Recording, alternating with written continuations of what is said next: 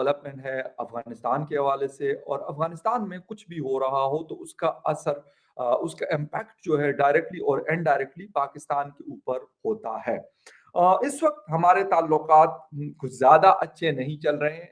जो बहुत ज़्यादा एक्सपेक्टेशंस थी तालिबान से, वो कुछ उल्टी साबित हो रही हैं, और वो उसमें टीटीपी का भी हाथ है, टीटीपी को होने वाली सपोर्ट का भी बहुत बड़ा हाथ है, और पाकिस्तान में होने वाले जो हमले हैं उसकी अहमियत भी बहुत ज़्यादा है। फ़ोर्सेस पे मुख्तलिफ इलाकों में काफ़ी ज़्यादा हमले हुए हैं पिछले कुछ ही अरसे में। मैं था उसमें तकरीबन मोर देन 350 लोग जो है अभी तक उनकी जानें सिर्फ इस साल जो अटैक्स हुए उसमें गई। बावजूद इसके कि सीज़ फायर एग्रीमेंट भी था और उसके बाद भी ये अटैक्स हुए।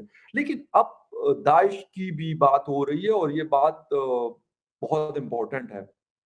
टेररिज्म एक बहुत बड़ा मुद्दा है जिसे हम डिनाई नहीं कर सकते हैं।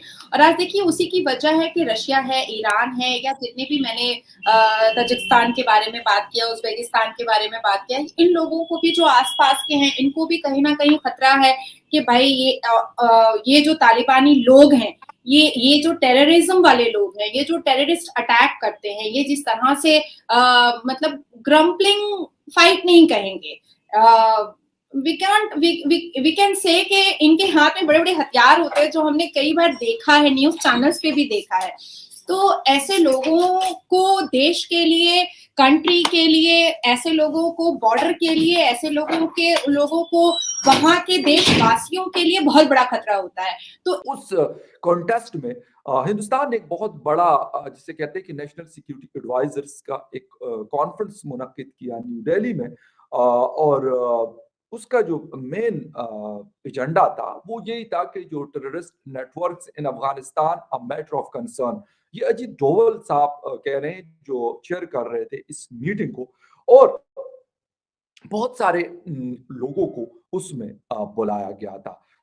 यकीनन इम्पोर्टेंस है अफगानिस्तान की, और सबसे बढ़कर एक जो चीज़ मुझे लगी है वो ये है कि हिंदुस्तान ने बड़े आराम-आराम से और बहुत एक ज़बरदस्त तरीका मैं ये कहूँगा, बेशक हम एज़ अ पाकिस्तानी या फिर जो भी हमारा एक नैरेटिव है, पाकिस्तान की स्टेट्स की बात कर रहा हूँ, मैं अपने बयानिए की बात नहीं कर रहा, लेकिन उन्होंने अपने कार्ड्स बहुत अच्छे से खेले। ये जो अभी आप देख रहे हैं अजीत डोभाल साहब का स्टेटमेंट, इसको अमित शाह जी के स्टेटमेंट से मिला के देखिए।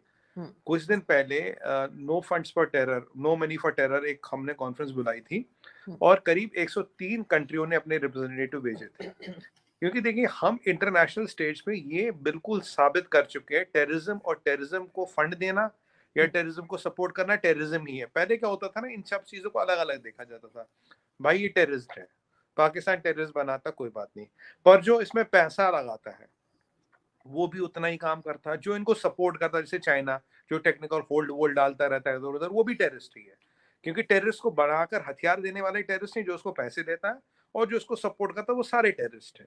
कि जब से कांग्रेस की सरकार गई है और जब से मोदी की सरकार आई है, तब से इंडिया में एक भी टेररिस्ट नहीं आ पाया है, एक भी टेररिस्ट अटैक नहीं हो पाया है, और आगे इन फ्यूचर ना हो। और आसपास के जो हमारे देश हैं, जो कंट्रीज है जिनसे हमारे अच्छे संपर्क हैं, और नहीं भी अगर अच्छे संपर्क है, तो उनके लिए भी हिंदुस्तान कितना फ्रेंडली और कितना फ्रूटफुल साबित हो सकता है, इस मुद्दे पर आज बात हो रही है। और टेररिज्म में जैसे हमने कश्मीर में देखा मॉडल की एक बहुत इंपॉर्टेंट चीज है, जब पैसा रुकता है टेररिज्म रुकती है। देखिए आज पत्थरबाजी रुक गई कश्मीर में, हड़ताल रुक गए। अब की बार 1,62,00,000 टेररिस्ट आ गए, सॉरी टूरिस्ट आ गए। देखिए मुंह से टेररिस्ट ही निकलता कश्मीर, समझ के इतने आपने इतने परेशान कर रखा, 3 सालों से टेररिस्ट ही निकलता। लेकिन सर एक चीज मैं ऐड करना चाहूंगी, सॉरी आपकी बात काट रही हूँ, एक चीज ऐड की, इसमें पाकिस्तान को शामिल क्यों नहीं किया आपने? पाकिस्तान से भी किसी को बुलाना चाहिए था ना, ताकि वो लोग ये मतलब हम लोग भी कुछ सीख पाते हैं, हम भी कोई बात करते हैं। आपने मतलब पाकिस्तान को इनवाइट ही नहीं किया।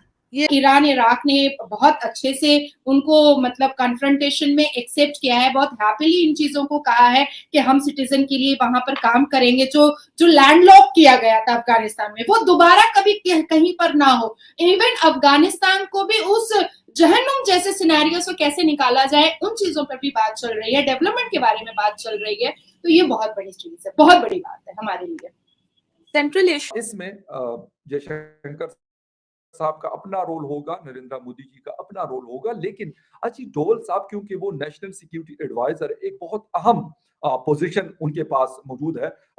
वैसे तो डिफेंस के राजनाथ सिंह साहब उनके मिनिस्टर हैं, बट उसके बावजूद इनके पास जो सीट है वो उसकी अहमियत जो है बहुत ज्यादा काफी है, काफी ज्यादा है। अच्छा, पाकिस्तान अपनी अपनी जमीन पर, अपनी सरजमीन पर टेररिस्ट को पालता है, जो पाकिस्तान अपनी सरजमीन पर ओसामा बिन लादेन जैसे लोगों को रखने के बाद भी, उनके नाती नवासों को रखने के बाद भी ये कहता है कि हमें तो पता ही नहीं था, जो पाकिस्तान पॉसिबिलिटीज देख करके अजमल खसब जैसे लोगों को भेजता है, जो पाकिस्तान हर एक मुद्दों पर हिंदुस्तान को टारगेट करता है, जो पाकिस्तान बिना किसी मतलब के भी हमारा मजाक उड़ाता है, जो पाकिस्तान अपने देश के डेवलपमेंट के लिए भी कहीं जाकर के बात नहीं करना चाहता है। आप सोचिए, हालिया में अभी 1 हफ्ता पहले रशिया ने पेट्रोल देने से मना कर दिया डिस्काउंट पे।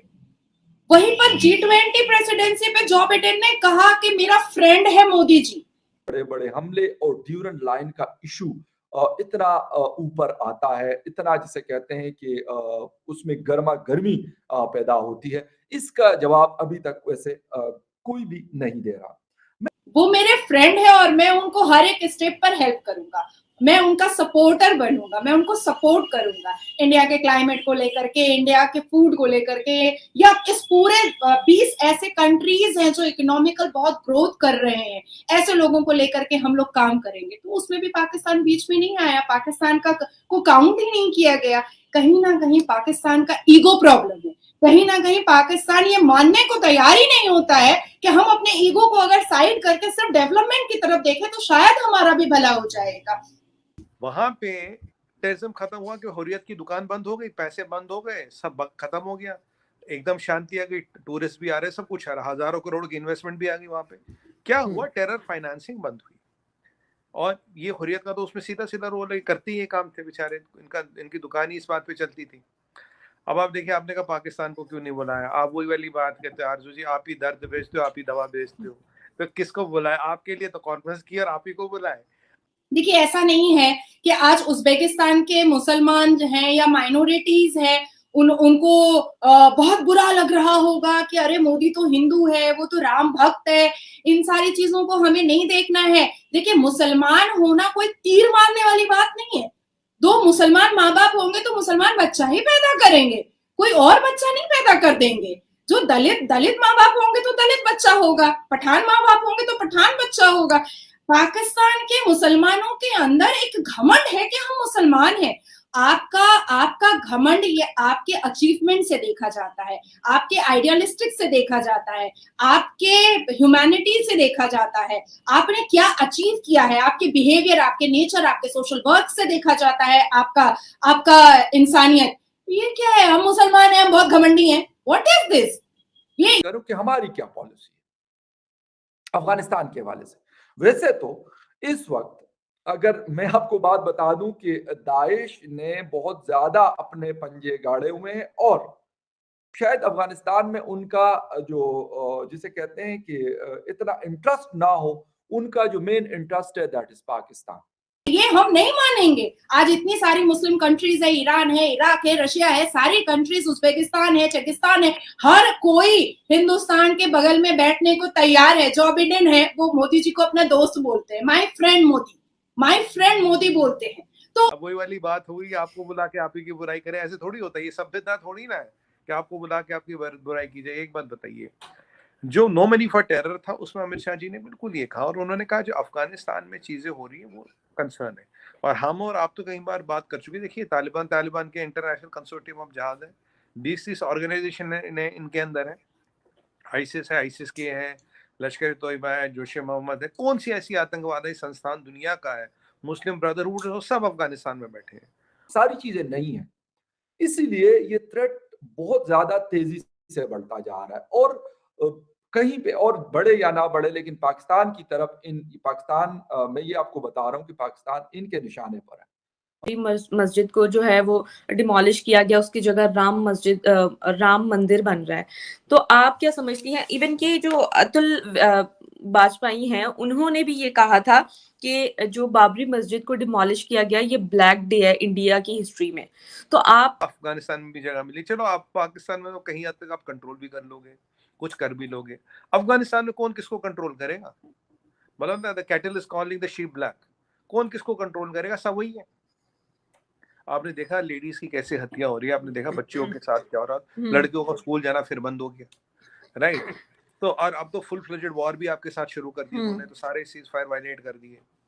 अब जो ये चीजें हो रही इसके, ये एशिया के लिए ठीक नहीं है, ये एशिया के लिए ठीक नहीं। और इस रेजिम चेंज से हमारे लिए टेररिज्म का थ्रेट बढ़ता है, क्योंकि पहले कहीं ना कहीं वो पाकिस्तान में था, कहीं ना कहीं जाके वो अफगानिस्तान में भी है। और अगर कल को इनको चाइना का सपोर्ट और पैसा मिल जाता है, ये क्या करे क्या नहीं करे किसी को नहीं पता। मतलब ये threat quantum of threat magnifies for India और मल्टीप्लाइज फॉर इंडिया, इसमें कोई डाउट नहीं है। ये अमित शाह जी ने भी कहा था, ये आज अजीत डोभाल साहब ने भी कहा। इसको क्या समझती है कि जो बाबरी मस्जिद को डिमोलिश किया गया, क्या ये वाकई ही ब्लैक डे था? आप क्या समझ रही हैं कि ये काम ठीक था कि बाबरी मस्जिद को डिस्ट्रॉय करके या डिमोलिश करके उसको वहां पर राम मंदिर बनाया जा रहा है? क्या कहेंगी आप? शायद लोग कहेंगे कि यार ये पता नहीं क्या कहानियां लेकर बैठा हुआ है, लेकिन ऐसा नहीं है। अनफॉर्चुनेटली हमने टीटीपी के थ्रेट को भी आज से 12 महीने, तकरीबन 11-12 महीने पहले हमने सीरियस नहीं लिया। अगर हम उस वक्त ले लेते तो शायद जो आज हम फेस कर रहे हैं एक सिचुएशन बड़ी खतरनाक किस्म की, हम इस पे ना पहुंचते। आज हम दाइश का भी यही कर रहे हैं कि हम इस्लामाबाद में बैठे हुए इमरान खान शहबाज शरीफ को नीचा दिखाने में लगा हुआ है, और शहबाज शरीफ जो है वो इमरान खान को नीचा दिखाने में लगा हुआ है। हिंदुस्तान को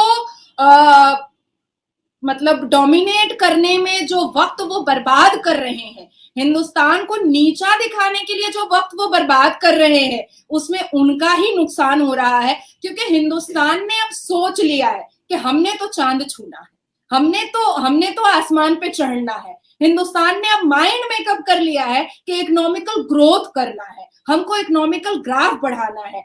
आज देखिए कि सेंट्रल एशिया मीटिंग, एनएसए की इतनी बड़ी मीटिंग, और कई कंट्रीज के एम्बेसडर आज दिल्ली में बैठे हुए हैं और फ्रेंड की तरह बैठे हैं और कन्फ्रंटेशन में अग्री कर रहे हैं कि हाँ आप जो बोल रहे हैं अजीत जी, हम उसको अग्री करते हैं, क्योंकि हमें भी डर है इस टेररिज्म से। तो क्यों नहीं पाकिस्तान कहता है चलिए ठीक है, वहां के जो प्राइम मिनिस्टर है वो ऑनलाइन ही आकर के प्रेस कॉन्फ्रेंस करके कह दे कि हाँ हमें भी टेररिज्म से डर है। मुद्दा यहाँ पर यह आता है कि पाकिस्तान टेररिस्ट पैदा करता है, पाकिस्तान टेररिस्ट अपने गारों में पालता है। हमको कॉर्नर कर देना भी तो ठीक नहीं है। आपको पाकिस्तान को इनवाइट करना चाहिए था। यहाँ से लोग जाते, जो भी मतलब मिनिस्टर होते या कोई भी जो वहां पे जाके बात करते, तो वो होना चाहिए था सर। इस तरह से अगर आप एक दो कंट्रीज को, चाहे चाइना हो चाहे पाकिस्तान हो या कोई और कंट्रीज को, अगर एकदम आप कॉर्नर कर देंगे, चाहे आप ये समझते हो कि प्रॉब्लम जो है वो हमारे यहाँ ज्यादा है या हमारी तरफ से, लेकिन आप हमें शामिल किए बगैर बात करेंगे तो भी सही नहीं है। लेकिन सर वैसे हम लकड़ी का पेंसिल देते हैं, हम पेन देते हैं, पाकिस्तान बंदूक देता है, बम देता है, गोली देता है, दिमाग में खुराफात देता है, ओ वो हिंदुस्तानी है, देखो वो हमारा दुश्मन है। हम ऐसा नहीं सोचते हैं, इसलिए हम डेवलपमेंट में आगे बढ़ रहे हैं और पाकिस्तान बहुत पीछे रह जा रहा है। बहुत